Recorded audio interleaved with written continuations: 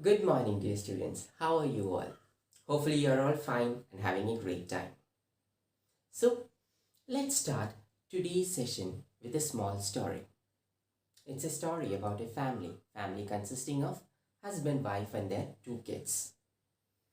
They all went to see a circus show. After that, they were returning home, and the kids insisted on having ice cream. Everyone likes to have an ice cream, right?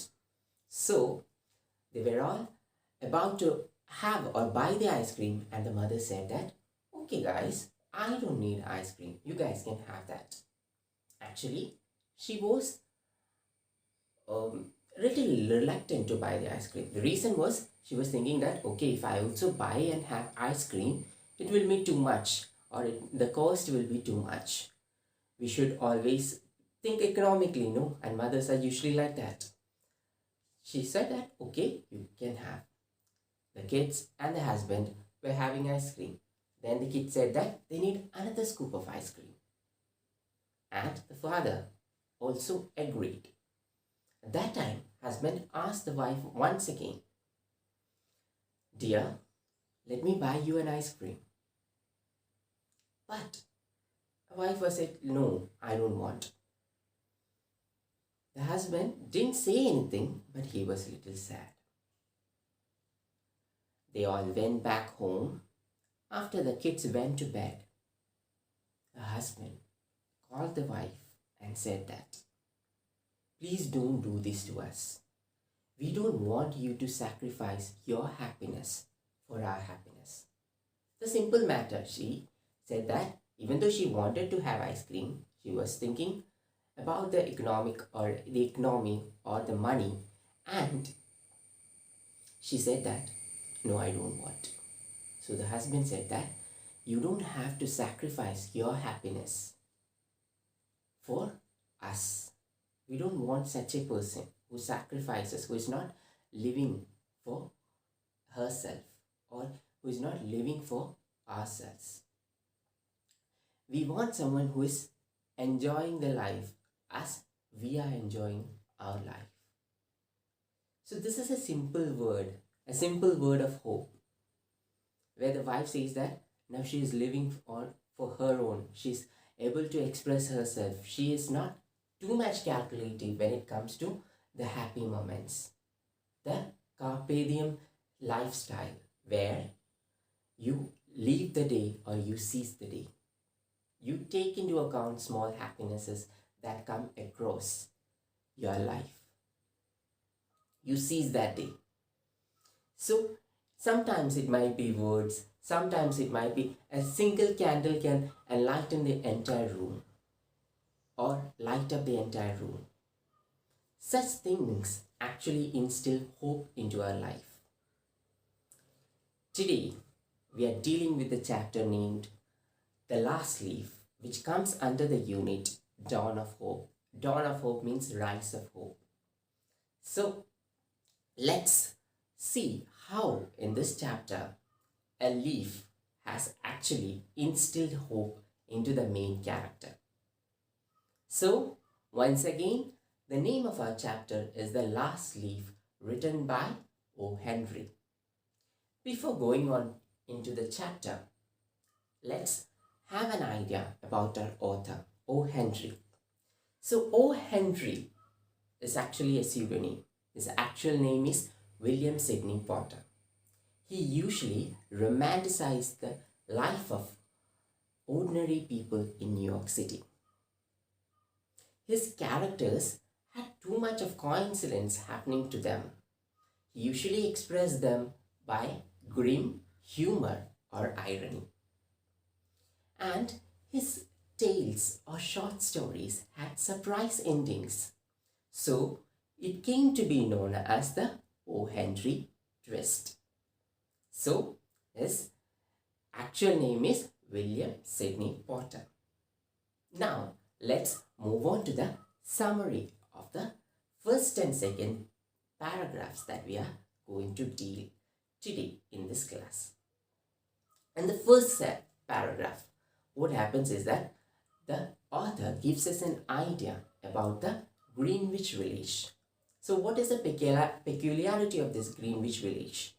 It is where most of the artists come and stay. Why are the artists coming and staying there? What is actually the inspiration for the artists to come and stay there? Yes, it is a bohemian life that the people are leading over there. And all this place is having lots of apartments that are old and dirty. But for the artist, that also serves as an inspiration. So they love to stay among the other artists and also the overall environment of the Greenwich Village. Now, the second paragraph. Second paragraph actually introduces the two main characters, Sue and Joanna. Who are the two main characters? Sue and Joanna of the story. Let's now move on to the individual reading, where you guys have to read this portion, first and second paragraph, individually and silently. While reading this portion, if you come across some difficult words, please make sure that you underline those words.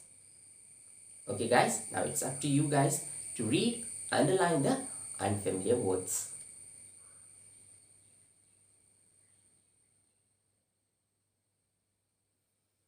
Yes, now it's a time for collaborative reading. That is, I'll divide you guys into groups. While you are reading this chapter, if you have come across some difficult words or the concepts of this first and two paragraph, you can discuss it with your group mates. For the convenience, I'll say that your bench is your group. So discuss the content with your bench mates, and if they have some unfamiliar words, include that also into the list of unfamiliar words.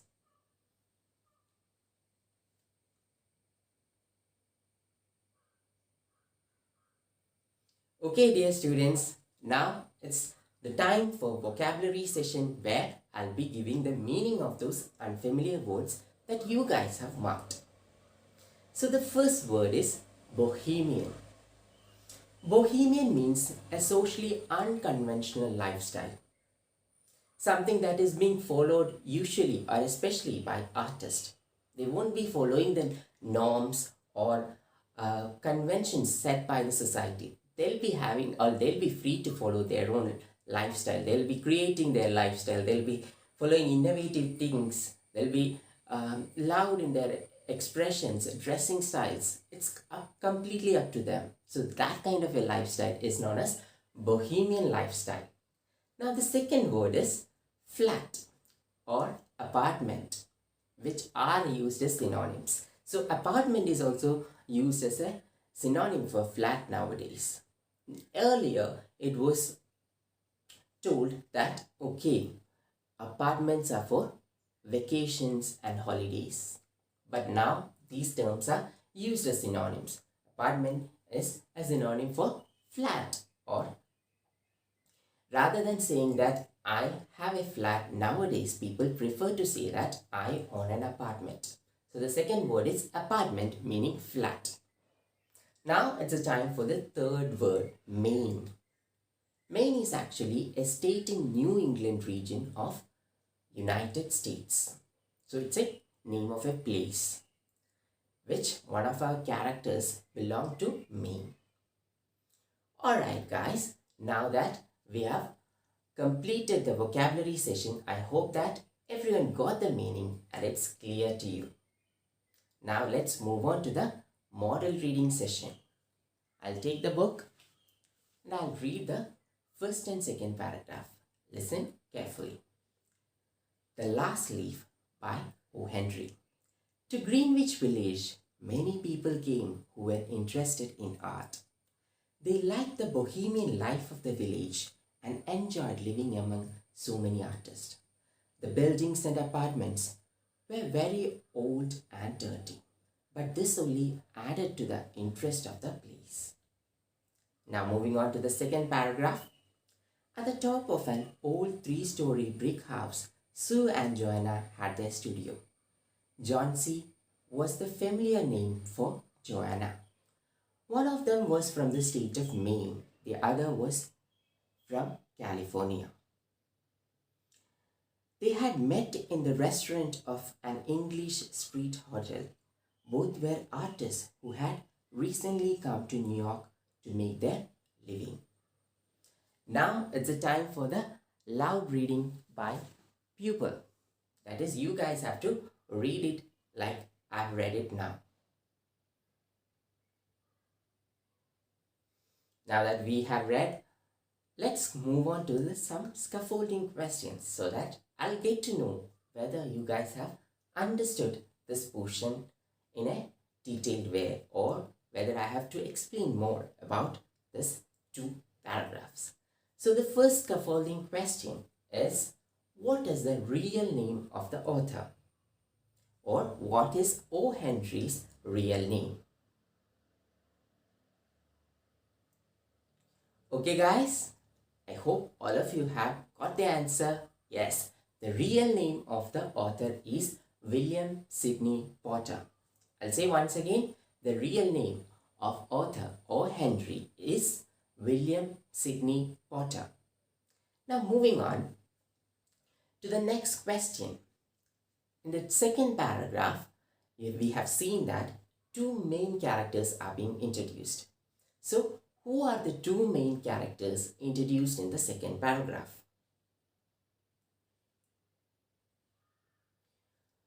Okay guys, hopefully you got the answer for this question. Yes, it is Sue and Joanna. Sue and Joanna are the main characters that are introduced in the second paragraph. So that you guys have got the idea about the concept and some questions that were asked. You guys have answered that also. It's a time for structural item. In structural item, we are dealing with conjunction. So what is a conjunction? Conjunctions are words that link other words or phrases or clauses. It can be words, phrases or clauses together. So conjunctions are words that links other words, phrases or clauses together.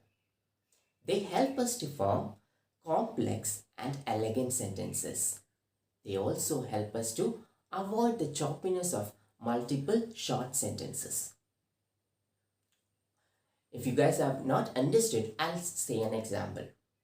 Rather than saying, I like cooking, I like eating, I can say, I like cooking and eating. So that portion is actually being converted into a complex sentence by using the conjunction and. I like cooking and eating. If I am saying I like cooking, I like eating, I like drawing, all these things forms a choppiness or a distinction or a hindrance to the smooth flow of language. But when I'm saying I like cooking and eating, and actually it's an elegant way of expressing. It's complex and it's elegant. So that is the function of conjunction. Now there is a simple activity based on this structural item. You have to go through the paragraph and find out at least two instances where conjunction is used. You guys can discuss it with your group mates and find out the answer.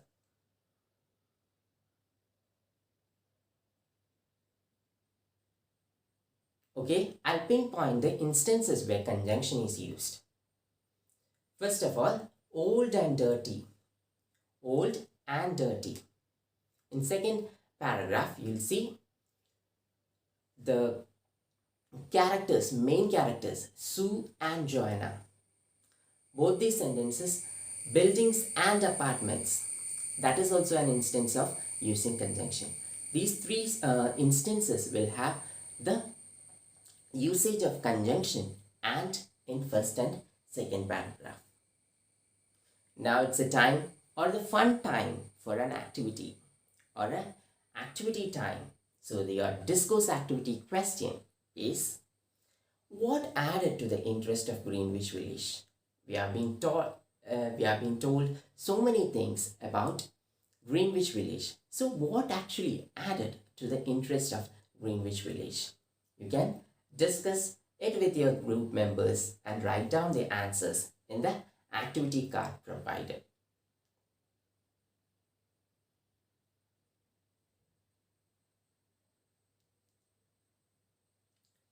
Now that if your answers are already being written, you can exchange your answers with the other group mates or other groups so that they can edit the mistakes which have occurred in syntactic, thematic, or morphological form.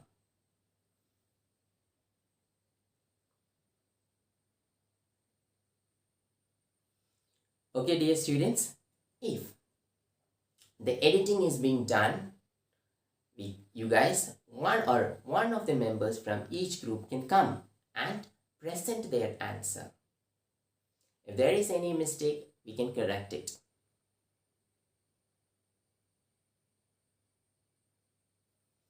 Alright, now that you guys have written the answer, presented the answer, and made necessary editing, I'll show you my version of answer. To Greenwich Village, many artists came and they wanted to live there among the other artists. What attracted them to the Greenwich Village is the bohemian way of life followed by the artist over there. The old buildings and apartments over there are very old and dirty, but this added to the interest of the people because it served as an inspiration for the artists who actually resided over this place.